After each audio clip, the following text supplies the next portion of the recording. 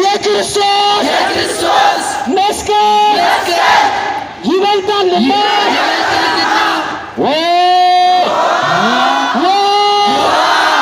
በዝቋላ አቡነ ገብረ መንፈስ ቅዱስ ላይ አንጋጦና አንጃቦ የነበረው የሞት ጥላ ይሄው ዛሬም ደግሞ በአሰቦት ገዳም አባቶች ላይ ያንጋጠጠና ያንጃበበ ይገኛል።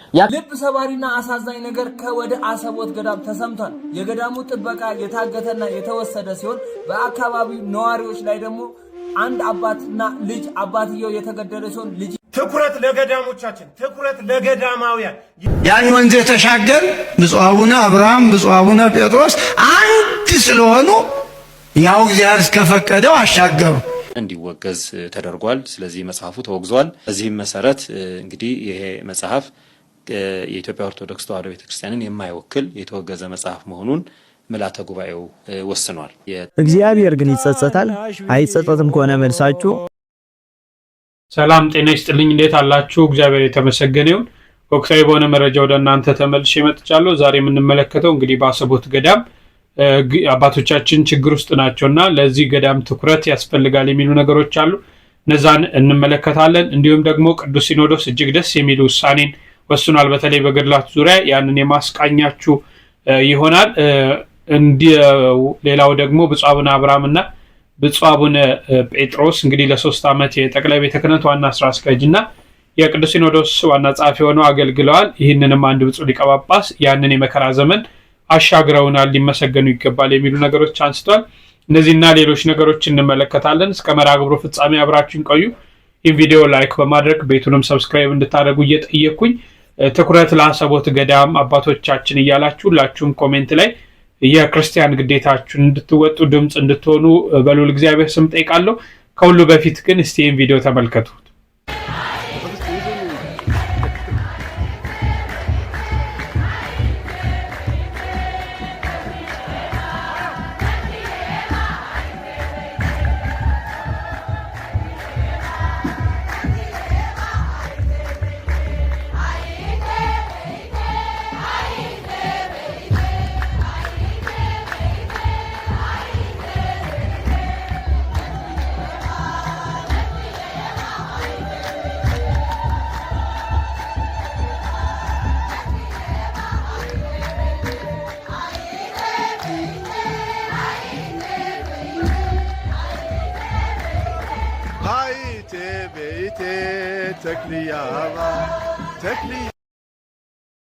ሁሉ ዘንድ ስትወደዱ እንደዚህ ነው። እግዚአብሔር ሲመርጣችሁ ሲያከብራችሁ እንደዚህ ነው። ብፁዕ አቡነ ይስሐቅ ይባላሉ። እንግዲህ የወላይታ ሀገረ ስብከት ሊቀ ጳጳስ ናቸው። በ2009 ከተሾሙት ብፁዓን አበው ሊቃነ ጳጳሳት መካከል አንዱ ናቸው። በህብረተሰቡ ዘንድ እጅግ የሚወደዱ ረፍት የሌላቸው ቤተክርስቲያናቸውን የሚያገለግሉ ሁሉም ዘንድ ገብተው የሚጠይቁ አባት ናቸውና እንደው ይቺ ክርስትና ጠፍታ ነበር። ድሮ አባቶቻችን እንኳን መሬቱን የረገጡበት በመኪና ሆኖ ብፁዓን ሊቃነ ጳጳሳት ያለፉበት መንገድ ሁሉ ምዕመናን እንደሚሳለሙ በታሪክ አባቶቻችን ይነግሩናል። ያ ጠፍቶ ነበር። ዛሬም አባቶቻችን የሚያከብሩ እንደዚህ የተወደዱ አባቶች ለቤተ ክርስቲያን የሚያስቡ ዝቅ ብሎ መሬትን የሚስሙ ምዕመናን አሉ። የብፁዕ አባታችን ቡራኬ ለሁላችን ይድረሰን። እሺ እስቲ ወደ አሰቦት ገዳም አባቶች እንለፍ። ልብ ሰባሪና አሳዛኝ ነገር ከወደ አሰቦት ገዳም ተሰምቷል። የገዳሙ ጥበቃ የታገተና የተወሰደ ሲሆን በአካባቢው ነዋሪዎች ላይ ደግሞ አንድ አባትና ልጅ አባትየው የተገደለ ሲሆን ልጅየው ደግሞ በአሰቃቂ ሁኔታ በሞትና በሕይወት መካከል ይገኛል። ሌላም በዛው አካባቢ የሚኖር አንድ ሰው ታግቶ የት እንደተወሰደና የት እንደደረሰ አይታወቅም። ስለዚህ በዝቋላና በአባቶቻችን ላይ የደረሰ ግፍ መከራ አሁንም በአሰቦት ገዳም ላይ ያንጃበበ ይመስለኛል። ስለዚህ ለአሰቦት አባቶቻችንና እናቶቻችን ለገዳማውያን ድምፅ ልንሆን ይገባናል። ሁላችሁም ህዝበ ክርስቲያን የኦርቶዶክስ ልጆች የሆናችሁ ይህ መልእክት ሼር ኮፒ ሊንክ አድርጉልኝ። ለሚመለከተው እንዲደርስ የሚቻለን ያህል እናድርግ። እግዚአብሔር ሰላምንና ፍቅሩን ይስጠን። መልካም ጊዜ ያምጣልን። ታላቁ አሰቦት ገዳም በታጣቂዎች ተከቧል። በትናንትናው ዕለት አባትና ልጅ በጥይት ተመቶ አባት ወደ የሞተ ሲሆን ልጁ በአሁኑ ሰዓት ሕክምና ላይ ይገኛል። እንዲሁም ደግሞ ቤተ ክርስቲያኑ በታጣቂዎች ተከቧል። አባቶች ድረሱልን ጩሁልን እያሉ ነውና ሁላችሁም ለቤተ ክርስቲያን አባቶች ለቅዱስ ሲኖዶስ እንዲሁም ደግሞ ለመንግስት ጸጥታ አካላት ታሳውቁልን ዘንድ ስንል በልዑል እግዚአብሔር ስም እንጠይቃለን። አስቸኳይ ነው። ኮፒ ሊንክ ሼር አድርጉ። በዝቋላ አቡነ ገብረ መንፈስ ቅዱስ ላይ አንጋጦና አንጃቦ የነበረው የሞት ጥላ ይሄው ዛሬም ደግሞ በአሰቦት ገዳም አባቶች ላይ ያንጋጠጠና ያንጃበበ ይገኛል። የአካባቢው ምዕመናን በመረሸንና እንዲሁም ደግሞ የደብሩን የጥበቃ አካልና የአካባቢውን አንድ ምዕመን አግተው ወስደዋል። በቦታው ላይ መከላከያ ሰራዊት የነበረ ቢሆንም ነገር ግን አሁን ላይ ለቀው ሄደዋል። በገዳሙ ላይና በአባቶች ላይ የሆነ ነገር ደርሶ ከመጫጫዋችን ከማልቀሳችን ከመላቀሳችን በፊት የሚመለከተው አካል አባቶቻችንና ደብሩን ቤተክርስቲያኑ እንዲጠይቅ ስንል በሉ እግዚአብሔር ስም እንጠይቃለን። ትኩረት ለገዳሞቻችን፣ ትኩረት ለገዳማውያን። ይህንን ቪዲዮ ኮፒ ሊንክ፣ ሪፖስት፣ ሼር እያደረጋችሁ ለሚመለከተው አካል አድርሱ። እኔ ለምን እንደሆነ አላቅም። አባቶቻችን ገዳማቶቻችን ለምንድን ነው ስጋት ላይ የሚወድቁት? አባቶቻችን እስከ መቼ ነው በስጋት የሚኖሩት? ከባታቸው ለምንድን ነው የሚሰደዱት? ቀድሞ ለምንድን ነው ስራ የማይሰራው? ከአሁን በፊት እንደምናስታውሰው ዝቋላ አቦ ከአንዴም ሁለቴም ነው የስጋት ችግር የገጠመው። ስለዚህ ቀድማችሁ ለምንድን ነው መከላከያውን ነገር የማታስቀምጡት? መፍትሄውን የማታስቀምጡት? ለምንድን ነው የሆነ ነገር ከተፈጠረ በኋላ ትኩረት ይሰጠው፣ ጥበቃ ይደረግለት እያለን የምንጮኸው? ለምንድን ነው ቀድመን? ለምንድን ነው አባቶቻችን ከመንግስትም ጋር ከሚመለከተው አካል ጋር ተነጋግራችሁ ስራ የማትሰሩት? እኔ እናንተን ለመውቀስ ሽቅብ እናንተን ለመናገር አይደለም፣ ግን አባቶቻችን ገዳማውያን ያስፈልጋሉ፣ ገዳሞቻችን ያስፈልጋሉ። ትኩረት ይሰጥ። አው የአሰቦት ገዳም አባቶች በእውነት ትኩረት ይፈልጋሉ። በዚህ ገዳም በርካታ ጊዜ የተለያዩ ጥቃቶች፣ የተለያዩ ችግሮች ይደርሳሉና እንደው እነዚህ አባቶች እኮ ለአባቶች ትኩረት መሰጠት አለበት። እነዚህ አባቶች ባይዘዌ አንድ ነገር ማመን ምን ያለብን እንደኔና እንደናንተ ዓለም ውስጥ ቢኖሩ አይደለም። ይቺ ዓለም አታስፈልገንም፣ ይቺ ዓለም ለኛ አትሆንም፣ አንፈልጋትም ብሎ ዓለሙን ንቀው ያው በዚህ ጊዜ ያው በዚህ ዘመን ማለት ነው በገደል በዱሩ በዛ ከአራዊቱ ጋራ እየታገሉ ያሉ አባቶቻችን እየኖሩ ያሉ አባቶቻችን ናቸው። እነዚህ አባቶቻችን መገደል አለባቸው? ስለ ሀገር ሰላም እኮ ነው የሚጸልዩት። ስለ ሀገር አንድነት ነው የሚጸልዩት። ስለ ቤተክርስቲያናችን ስለ ህዝባችን ሰላም ነው የሚጸልዩት። እግዚአብሔር ምሕረት እንዲልክላቸው ነው የሚጸልዩት። በዘር በብሔር በቡድን በጎሳ በሀብት እኮ የተከፋፈሉ አይደሉም። ይህንን እኮ አያውቁትም። አንፈልግም ብለው ነው ይህንን ሄዱት። ስለዚህ እነዚህ አባቶቻችን ለምንድነው በታጣቂዎች ሁልጊዜ ጥቃት የሚደርስባቸው? በእውነት መንግስት በዚህ ትኩረት ሊሰጥ ያስፈልጋል። እነዚህ አባቶች በመኖራቸው ነው ሀገራችን ያለችው ማለት ነው። እርስ በርስ እንደው ይሄ ሁሉ ጦርነት ሆኖብን እንኳን ትንሽ ተረጋግተን የምንኖረው በእነዚህ አባቶች ጸሎት ነው። ታዲያ እነዚህን አባቶች ደግሞ ካሳደድንስ ምን እንደሚከሰት ታውቁ የለ? ስለዚህ ለአባቶቻችን ሁላችንም ትኩረት መስጠት አለብን። የሚመለከተው አካል በእውነት ትኩረት ሰጥቶ እነዚህን አባቶቻችንን ከጥቃት መጠበቅ አለበት ብዬ አስባለሁ። እሺ ብፁዕ አቡነ ጴጥሮስና ብፁዕ አቡነ አብርሃም የተመሰገኑበትን የብፁዕ አቡነ ማርቆስ ንግግር ላስቃኛችሁ። እግዚአብሔር ከኛ ጋር ባይሆን ኑሮ እንደ ሟርተኞቹ ምን እናረግ ነበር? በእውነቱ እንደሚወራው ማለት ነው። ግን ቤተ ክርስቲያኒቱ በመስቀል ላይ ስላለ መስቀል ስለተሰበከባት ቅዱስ ጴጥሮስ ጠዩቀ እንከ ያእምሩ ኩሉ ቤተ እስራኤል ነው ያለ።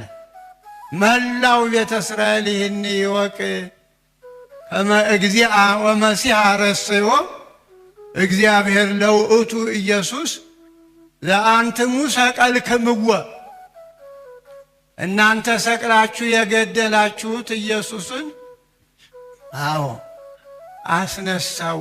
ሰቅላችሁ የዚህ ጊዜ ነው ልባችሁ የተነካ። አሁን እኛ አልሰበክልን ያለ እውነቱን ወደ ጎን እየተውን ለሰው ይመቻል የሚለውን ስለምንሰብክ ነው እንጂ ሰቅላችሁ የገደላችሁት ነው። ዛሬም እንዲህ ነው መስበክ። የሚሰቀሉትን ሰቃዮችን ሰቅላችሁ የገደላችሁት። ይሄ ካልሆነ የሰውን ልብ አናገኝም። አምሮብናል። ጥሩ ነው በእውነት። ብፁዕ ስራ አስኪያጅም እድለኛ ነዎት፣ ብፁዓና ጸሐፊም። ያው እንግዲህ ሲኖዶስማ መቼም ሲኖዶስ ነው። አንተስ አንተ ክመ ነው። አዎ መቼም ሲኖዶስ እኮ እንትን መመሪያ ያፈሳል። ችግሩ ትንሽ ዝቅ ብሎ ከአንድ ብሎክ በላይ ውሃው ወዴት እንደሚሄድ እኮ ነው ችግሩ እንጂ ሲኖዶስ መቼ አረፈ? ይሄን የወሰናችሁትን ሁሉ እኮ አሰራል። ግን እዚህ ወደ ጠቅላይ ቤተ ክህነት ሲደርስ ወዴት እንደሚሰርግ አይታወቅም። እና በእውነት ልዩ እኮ ነው። አሁን ውበቱ ድምቀቱ በጣም ትናንት እንደተናገሩት እዚህ ላይ የመሰለ እንደው ጡረታ የወጣው መኪና ላይን አይመችም ነበር። አሁን ይሄ ውልጭ ብሎ እንዲህ ሲታይ በእውነቱ አቡነ ሳዊሮስንም አመስግኑልን። አዎ አቡነ ዲዮስቆሮስንም ሁለቱ አንድ ናቸው። ሁለቱ አንድ ካልሆኑ የልመና በሬ ነው የሚሆነው። አዎ ሁለቱ አንድ ቢሆኑ ነው ያን ወንዝ የተሻገር። ብፁዕ አቡነ አብርሃም ብፁዕ አቡነ ጴጥሮስ አንድ ስለሆኑ ያው እግዚአብሔር እስከፈቀደው አሻገሩ። ደግሞ እነዚህ ተቀብለው አዎ እና በእውነት እንግዲህ እንዲህ እግዚአብሔር እኛ ጋር እየሆነ እሱ የሰጠንን መመሪያ ወንጌልንም ደግሞ በጥራት ምንም ያስፈራል። ወንጌል እኮ ሰላም ነው፣ ተፋቀሩ ነው፣ አንዱኑ ነው፣ ለድሃ እርዱ ነው፣ አብራችሁ ኑሩ ነው። ይሄ ምንም ያስፈራል? ሰዎች ሌላ እያወሩ ይኖሩ የለ እንዴ? ሌላ እያወሩ የሚያለያይ ከዚያም አልፎ ደግሞ እየተጋደሉ ይኖሩ እና ይሄ ምን ያስጠላል? እና በጣም ደስ የሚል ነው። እንግዲህ ያው ሌላም መግለጫ ሆነ አሁን የምናገረው ወንጌል እንስበክ ነው። ወንጌል እንስበክ።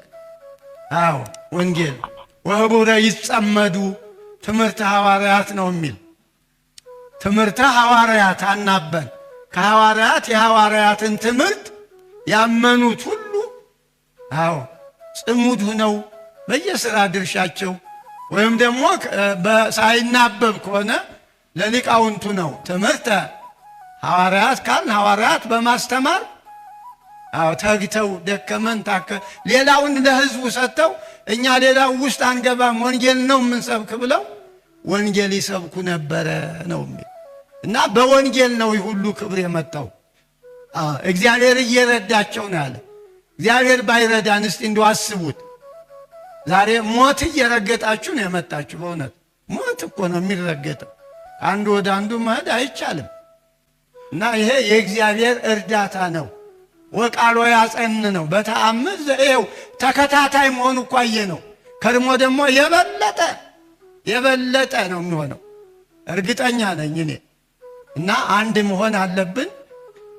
ቤተ ክርስቲያኒቱ ናት የሰላም ምንጭ። ከዚህ ነው ሰላም የሚቆነጠረው። ከሌላውማ ዓለም እኮ እንደ ዓለም አይደለም ብሏል። እምሰጣችሁ ሰላም የዓለም አይደለም። ዓለም በኪሱ ሽጉጥ ይዞ እኮ ነው ሰላም የሚልህ አመቻችቶ ሊመታ እና የዓለም ሰላም አይደለም። አዎ እንደዚህ አይነት ነገሮችን ብንለምድ ጥሩ ነው። መልካም ለሰሩ በተለይ ኃላፊነት ላይ የነበሩ አካላቶች ከኃላፊነታቸው ሲነሱ የሰሯቸውን ጥሩ ስራዎች ደግሞ ደካማ ጎኖች ወጥቶ በነቂስ ታይቶ ምስጋና የሚያስፈልገው ምስጋና ቢኖር ለቀጣዩ ለሚመጣው አካልም ደግሞ ያ ማበረታቻ ይሆናል፣ ያ መንገድ ይሆናል፣ አቅጣጫ ይሆናል። በእውነት ብፁዕ አቡነ አብርሃም እና ብፁዕ አቡነ ጴጥሮስ ከቅዱስ ፓትርያርኩ ጋር በመሆን በተለይ ያ የፈተና ዘመን ያ የመከራ ዘመን የተሻገር ነው በእነሱ ነው። እንግዲህ ከእግዚአብሔር በታቸው ነው እየመሩ ህዝባቸውን እያረጋጉ ምዕመናን እያረጋጉ ሰላም እንዲፈጠር እያደረጉ በርካታ ስራዎችን ሰርተዋል። በዚህ መካከል የተለያዩ ክፍተቶች ሊኖሩ ይችላሉ። አዎ ሊኖሩ ይችላል። ሰው ናቸው፣ ስራ ላይ እስካሉ ድረስ ማለት ነው። ግን እንዲህ አይነት አባቶችን እንዲህ አይነት ስራ መልካም ስራ የሰሩ አባቶችን ብናመሰግን የተሻለ ነው። ብፁዕነታቸው ሌላ ያነሱት ደግሞ እግዚአብሔር ከኛ ጋር ስለሆነ እየተሸጋገርን ነው። አዎ ቤተክርስቲያኒቷ ላይ በተለያየ ጊዜ የተለያዩ ፈተናዎች ያው ቤተክርስቲያን የፈተና ህይወት ውስጥ ስላለች መፈተንም ግድ ስለሆነ የተለያዩ ፈተናዎች ይመጣሉ። ያን ፈተና እግዚአብሔር ከኛ ጋር ስለሆነ እያለፍነው ነው። ስለዚህ ወንጌልን እናስተምር፣ ወንጌልን እንስበክ። ምንም ያስፈራን ነገር የለም። ሌሎች አካላቶች ሌላ ነገር ያወሩ የለው። እኛ ወንጌልንና ወንጌልን እንስበክ የሚል ጥሩ አባታዊ መልእክት አስተላልፏል። የብፁዕነታቸውም ብራኬ ድረስን ለማለት እወዳለሁ። ከዚህ ጋር ተያይዞ እንግዲህ ቅዱስ ሲኖዶስ ስብሰባ ላይ እንዳለ ይታወቃል። በዚህ በስብሰባው አንድ አስደሳች ነገር ወስኗል። እንከታተል። በአንድ ግለሰብ ተዘጋጅቶ እየተሰራጨ ያለውን ገድለ ዮሐንስ መጥምቀ መለኮት በሚል ርዕስ ተጽፎ የሰራጨ የነበረው መጽሐፍን አስመልክቶ ቀደም ሲል በሊቃውንት ጉባኤ ታይቶ በደብረ ሊባኖስ መምህር በሆኑ በመጋቤ ምስጢር አባ ክንፈ ሚካኤል የሚባሉ መምህርና አባት በእሳቸው አማካኝነት መንበረ ፓትርያርክ ቀርቦ በሊቃውንት ጉባኤ ተጣርቶ ታይቶ መጽሐፉ ተመርምሮ የሊቃውንት ጉባኤ ያቀረበው ሙሉ መጽሐፉን የተመለከተ መግለጫ በንባብ ለምልዓተ ጉባኤው ተሰምቷል። ምልዓተ ጉባኤውም በሊቃውንት ጉባኤ መግለጫ ላይ ተመርኩዞ ሰፊ ውይይት አድርጓል። እንደዚህ አይነቶቹ ጉዳዮች ያው እንግዲህ እንደሚታወቁት የስህተት ትምህርት ያለባቸው በርካታ ቤተክርስቲያንን የማይወክሉ የተዛቡ ትምህርቶችን የሚያሰራጩ ጽሁፎች በቤተክርስቲያናችን ትውፊት በሊቃውንትና እየታዩ በቅዱስ ሲኖዶስ እየተመረመሩ ውሳኔ ይተላለፍባቸዋል። በዚህ መሰረት ምልዓተ ጉባኤው በጣም ትልቅ ትኩረት በማድረግ ይሄ መጽሐፍ የያዛቸውን ቤተክርስቲያንን የማይወክሉ አስተምህሮች መርምሯል። ይህን መሰረት አድርጎ ውሳኔዎች አሳልፏል። በዚህ ውሳኔ መሰረት አንደኛ ገድለ ዮሐንስ መጥምቀ መለኮት በመባል የተጻፈው መጽሐፍ ሙሉ ለሙሉ የቤተክርስቲያን አስተምህሮ የማይወክል የሚያዛባ ስለሆነ እንዲወገዝ ተደርጓል። ስለዚህ መጽሐፉ ተወግዟል። ይሄ ማለት በመጽሐፉ ውስጥ ያሉት ትምህርቶችና የተሳሳቱ ጉዳዮች በሙሉ ተወግዘዋል ማለት ነው። በመቀጠልም የሊቃውንት ጉባኤ የጀመረው እንደዚህ መጽሐፍትን የማጣራት የመመርመር ሁኔታን አጠናክሮ እንዲቀጥል ከምስጋና ጋር መመሪያ እንዲደርሰው ተወስኗል። በሶስተኛ ደረጃ መጽሐፉን አሳትመው ያሰራጩት ግለሰብ ወደ መንበረ ፓትርያርክ ተጠርተው በቋሚ ሲኖዶስ ቀርበው እንዲህ አይነት ስራዎችን ለወደፊቱ እንዳይደግሙ ጥብቅ መመሪያ እንዲሰጣቸው ምልዓተ ጉባኤው ይህንንም ወስኗል። መጽሐፉ እንዲመረመር ያደረጉ የታላቁ ደብረ ሊባኖስ አንድነት ገዳም የአቡነ ተክለ ሃይማኖት አንድነት ገዳም መምህር የሆኑት መጋቤ ምስጢር አባ ክንፈ ሚካኤልም ለዚህ ላደረጉት መልካም ስራ ምስጋና እንዲሰጣቸው የምስጋና ደብዳቤ እንዲሰጣቸው ምልዓተ ጉባኤው ወስኗል። በመጨረሻም ይህንን በተመለከተ ምልዓተ ጉባኤው የወሰነው በአሁኑ ጊዜ ያው በህትመትና በስርጭት ላይ የዋለው የመጽሐፉ ቅጂ ሙሉ በሙሉ እንዲታገድ፣ እንዳይሰራጭ፣ ለሽያጭም እንዳይቀርብ ለሁሉም አህጉረ ስብከት በሰርኩላር ደብዳቤ እንዲሰራጭ ምልዓተ ጉባኤው ወስኗል። በዚህም መሰረት እንግዲህ ይሄ መጽሐፍ የኢትዮጵያ ኦርቶዶክስ ተዋሕዶ ቤተክርስቲያንን የማይወክል የተወገዘ መጽሐፍ መሆኑን ምልዓተ ጉባኤው ወስኗል። ገድለ ዮሐንስ መጥምቀ መለኮት በመባል የተጻፈው መጽሐፍ ሙሉ ለሙሉ የቤተክርስቲያን አስተምህሮ የማይወክል የሚያዛባ ስለሆነ እንዲወገዝ ተደርጓል። አንዳንድ ፕሮቴስታንቶች በዚህ ዜና ላይ በጣም እንደው በእኛ ጥረት ነው ምናምን አይነት ነገሮች ሲናገሩ እያየው ነበርና እዚህ ኮሜንትም እንዳያችሁት ታድሶ ምንድነው የሆነ የታድሶ ስኬት እንደሆነ አይነት ነገር ማለት ነው። ሰምታችኋል? ጆሮአችሁ ይሰማል፣ ግን የምታስተውሉት ነገር አለ። መምህሩ ሲናገሩ ከቤተ ክርስቲያን መሰረታዊ ትምህርት ጋር አብሮ መሄድ ስላልሆነ ወይንም ደግሞ በቤተ ክርስቲያን ትምህርት ተመዝኖ ልክ ስላልሆነ ነው ያሉት። እኛ መመዘኛ ትምህርት አለን ማለት ነው። ስለዚህ አባቶች መዝነው ልክ አይደለም ብለው ያሰቡትን እንደዚህ ሊያስቆሙት ይችላሉ፣ ሊያግዱት ይችላሉ። የተስተካከለውን ከእምነታችን ጋር ማይጋጨውን ነው የምንቀበለው ማለት ነው። እናንተ በምን ሚዛን ነው ትምህርታችሁን የያዛችሁት? እስኪ ድፈሩና በኔ ሚዛን ኢየሱስ ለዓለም አልሞተም የሚለውን አወግዛለሁ ህብረት አላረግም ብላችሁ እስቲ የትኛው የካውንስል ነው ይሄን ሊያወግዝ የሚችለው? እስቲ ይሄንን አውጡና አውሩ። ይሄ ብቻ አይደለም፣ አስቀድመው የተወሰነባቸው ናቸው የሚድኑት የሚለውን ውጡና ስህተት ነው በሉ፣ ወይም ደግፉና ይሄን የማያምኑትን ስህተት ናቸው በሉ። ጥምቀት ለድህነት የሚሉ መካነ ኢየሱሶችን ስህተት ናቸው ብላችሁ እስቲ አውግዙ፣ ወይንም ደግሞ ጥምቀት ለድህነት አይደለም የሚሉትን ፔንቴኮስታሎችን ስታወግዙ እናያችሁ። ልሳን አጋንንታዊ ነው የሚለውን የካልቪኒዝም ተከታዮች ድምጽ ስህተት ነው ብላችሁ አውግዙ፣ ወይም ደግሞ ልሳን ስህተት ነው የምትሉ ሰዎች ደግሞ ልሳን እናገራለን የሚሉትን ስታወግዙ እናያችሁ። እስቲ ውጡና የጌታ ስጋና ደም እውነተኛ ነው ለኃጢአት ስርየት ነው የሚለው ትምህርት የያዙትን አውግዙ፣ ወይንም ደግሞ ለኃጢአት ስርየት አይደለም የሚለውን አውግዛችሁ ህብረት አናደርግም ስትሉ እናያችሁ።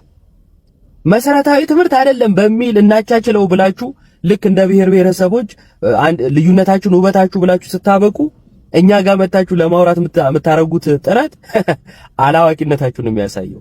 ቁጭ ብላችሁ ልዩነታችሁን አውሩ። እንደተከታተላችሁት ነው። በእውነት ይሄ እጅግ የሚያስደስትና የሚበረታታ ተግባር ነው ማለት ነው። የኛ ቤተክርስቲያን ስርዓት ያላት ቤተክርስቲያን ናት። ቤተክርስቲያኒቷ ባይዛዌ ስትላላ ነው ግለሰቦች እየተነሱ የፈለጉትን መጽሐፍ እያሳተሙ የቤተክርስቲያኒቷን አስመስለው የሚሸጡት ማለት ነው። ይሄ ደግሞ ፍጹም ስህተት ነው። በደንብ መታሰብ ያለበት ማለት ነው። አሁንም እንደው ቅዱስ ሲኖዶስ እነዚህ ነገር ትኩረት ሰጥቶ አይደለም ገድላት ይቅርና አንድ የቤተክርስቲያን መምህር አንድ የቤተክርስቲያን ጻፊ ስለ ቤተክርስቲያን ሊጽፍ የሆነ ነገር ቢፈልግና ቢጽፍ ከማሳተሙ በፊት የሚያይ አካል የሊቃውንት ጉባኤ አካል ይህንን በደንብ መመርመር አለባቸው ማለት ነው። ለምን መሰላችሁ? ሰዎች ለቢዝነስ እየተጠቀሙ ነው። ለምሳሌ ገድላትን ስንመለከት የፕሮቴስታንት ቤተ እምነት የሌላ ቤተ እምነት ተከታይ ሆኖ ገድላትን እያተመ የሚሸጣል። ገንዘብ ነው የሚፈልገው። ምን አገባው እሱ? ያንን የሚከታተል የለም። ያንን ሲያደርግስ ግን ትክክለኛውን ነገር አይደለም። ዛሬ ፕሮቴስታንቱ እጅ ላይ ያሉ እነዚህ ገድላት እያሉ በየጊዜው የሚጮሁት ድርሳናት ታምራት እያሉ በየጊዜው የሚጮሁት የቤተ ክርስቲያኒቷ አይደለም እኮ በውስጡ የሆነሽ ቃላቶች የተሰነጠቁ የተጣመሙ ይጻፋሉ። ያ ችግር ነው። በተለይ የሆነ ጊዜ እመቤታችን ታምረ ማርያም ታስታውሳላችሁ አይደል? ሁለት አይነት እኛ ኦርቶዶክሱ ጋር ያለው ታምረ ማርያም ሌላ፣ እነሱ ጋር ያለው ሌላ፣ ቃላቶቹ እንኳን የተበላሸ ሆኖ ማለት ነው። ስለዚህ ቅዱስ ሲኖዶስ እነዚህ ነገሮች ደግሞ የኛ ቤተክርስቲያን አስተምሯ ልክ ያልሆነውን ልክ አይደለም ብለው የሚግባቡበት ነገር እንዳለ በዚህ ታይቷልና በዚህ ትኩረት ሊሰጥ ያስፈልጋል። የማንም ነጋዴ እየተነሳ ቤተክርስቲያኒቷ ላይ ሊነግድ ቤተክርስቲያኒቷ ላይ የፈለገውን በራሱ እያሳተመ ምንም ማድረግ አይችልምና በዚህ የጀመራችሁትን ቀጥሉ ለማለት እፈልጋለሁ። እንግዲህ እግዚአብሔር መንፈስ ቅዱስ ሁላችንንም ይርዳል።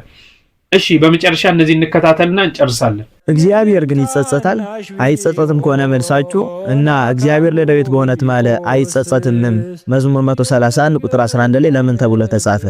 ሁላችሁም በኮሜንት ልበ አምላክ ቅዱስ ዳዊት እያላችሁ ጻፉልኝ። እንኳን አደረሳችሁ። እግዚአብሔር ለዳዊት በእውነት ማለ አይጸጸትም ለምን ተባለ ታዲያ ከተባለ በእግዚአብሔር መጸጸት ኑሮበት አይደለም። ቅዱስ ዳዊት የማያጸጽት ፍጹም ወዳጅ መሆኑን ሲገልጥ ነው እንጂ ጌታ ቅዱስ ዳዊትን እንደ ልቤ የሆነ ፈቃዴን የሚፈጽም ባሪያዬን ዳዊትን አገኘሁት ብሎ ሲናገር ሰምተን እጅግ አደነቀ። እንደ አምላክ ልብ ሆኖ መገኘት ምን ይረቅ ምንስ ይደንቅ። ለዚህ አንክሮ ይገባል። ጌታ ይቀጥልና ደግሞ እንዲህ ይላል፣ ዳዊትን እንዳልዋሸው አንድ ጊዜ በቅዱስነት የማልኩ ብሎ ይናገራል። አባታችን ዳዊት ክብር የክብር ክብር ውዳሴ ስግደት ላንተ በጸጋ ይገባል እንላለን። ነብየ ጽድቅ ቅዱስ ዳዊት 7 ሀብታት አሉት። አንደኛ ሀብተ ትንቢት፣ ሁለተኛ ሀብተ መንግስት፣ ሶስተኛ ሀብተ ክህነት፣ አራተኛ ሀብተ በገና ወይም መዝሙር፣ አምስተኛ ሀብተ ፈውስ፣ ስድስተኛ ሀብተ መቤት፣ ሰባተኛ ሀብተ ኃይል ተብለው ይጠቀሳሉ። እንዲሁም ቅዱስ ዳዊት የሚጠራበት 7 ስሞች አሉት። አንደኛ ጻድቅ፣ ሁለተኛ የዋህ፣ ሶስተኛ ንጹህ፣ አራተኛ ብእሲ የእግዚአብሔር ሰው፣ አምስተኛ ነብየ ጽድቅ፣ ስድስተኛ መዘምርና ሰባተኛ ልብ አምላክ ተብሎ ይጠራል። እቺ ጥቅምት 12 ቀንም ለእስራኤል የነገሰባት ቀን ናት። እግዚአብሔር ሳኦልን ከናቀው በኋላ ከእሴ ልጆች መካከል እንደ ልቤ የሆነውን ቀብታ አንግስልኝ ቢለው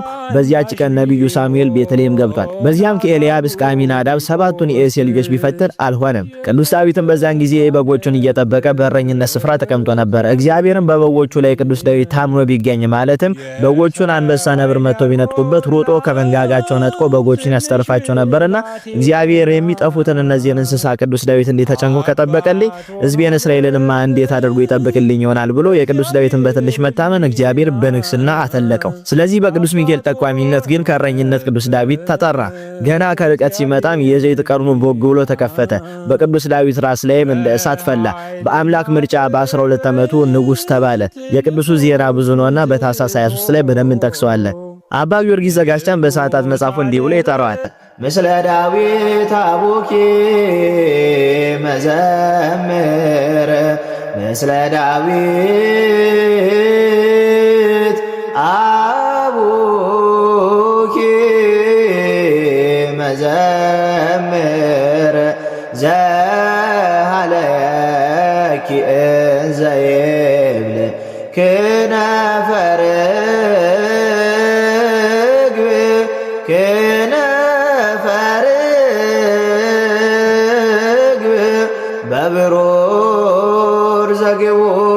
ብሎ እመቤታችንን ከቅዱስ ዳዊት ጋር ወደ እኔ ነይ ብሎ ያመሰግናታል። እስካሁን ሞትን ያልቀመሱ ነገር ግን ወደፊት ደግሞ ሞትን የሚቀምሱ አሁን ግን በብሔረ ሕያዋን ያሉ 10 ቅዱሳን። ሰላም ሰላም ውድ ኦርቶዶክሳውያን፣ እንኳን ለአባታችን ለአቡነ አረጋዊ የመታሰቢያ ዓመታዊ በዓል በሰላም አደረሳችሁ። በሞት ያልተለዩ ነገር ግን የተነጠቁ በብሔረ ሕያዋን የሚገኙ ነገር ግን በመጨረሻው ዘመን መጥተው ሞትን የሚቀምሱ 10 ቅዱሳን። አንደኛ አቡነ አረጋዊ ወይም ደግሞ ዘሚካኤል ጥቅምት 14 ቀን ተሰውረዋል። ሁለተኛ ኢትዮጵያዊው ቅዱስ ያሬድ ግንቦት 11 ቀን ተሰውሯል። ሶስተኛ ርዕሰ አበው ተብሎ የሚጠራው ጻድቁ ሄኖክ ሐምሌ 25 ቀን ተሰውሯል።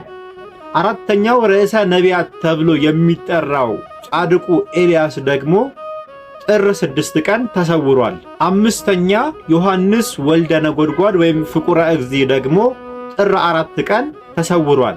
ስድስተኛ ንጉሥ ናአኩቶ ለአብ እንደዚሁ ተሰውሯል። የእርሱም መታሰቢያ በዓሉ ህዳር 3 ቀን የተሰወረበት በዓሉ ነው። ሰባተኛ አቡነ ገሪማ ወይም ይስሐቅ ደግሞ ሰኔ 17 ቀን ተሰውረዋል። ስምንተኛ አቡነ አብጼ ግንቦት 29 ቀን ተሰውረዋል። ዘጠነኛ አቡነ ሊቃኖስ ህዳር 28 ቀን ተሰውረዋል። አስረኛውና የመጨረሻው ደግሞ ነቢዩ እዝራም እንደዚሁ ተሰውሯል። ሌሎች የምታውቋቸው ቅዱሳን ካሉ በስር በኮሜንት ላይ አሳውቁኝ። ለወንድሞቻችን እግዚአብሔር አምላክ ቃል ሕይወትን ያሰማልን። እኛም በሰማነው 30 60 መቶ ያማሩ ፍሬዎችን ለማፍራት ያብቃን። እንዳልኳችሁ ሁላችሁም ኮሜንት ላይ ትኩረት ለአሰቦት ገዳም አባቶቻችን እያላችሁ መጻፋችሁ እንዳትረሱ። እግዚአብሔር አምላክ ሀገራችንን ሰላም ያርግልን። በሌላ ጊዜ በሌላ መረጃዎች እስክንገናኝ ድረስ እጅግ አከብራችኋለሁ። ቸር ቆዩልኝ።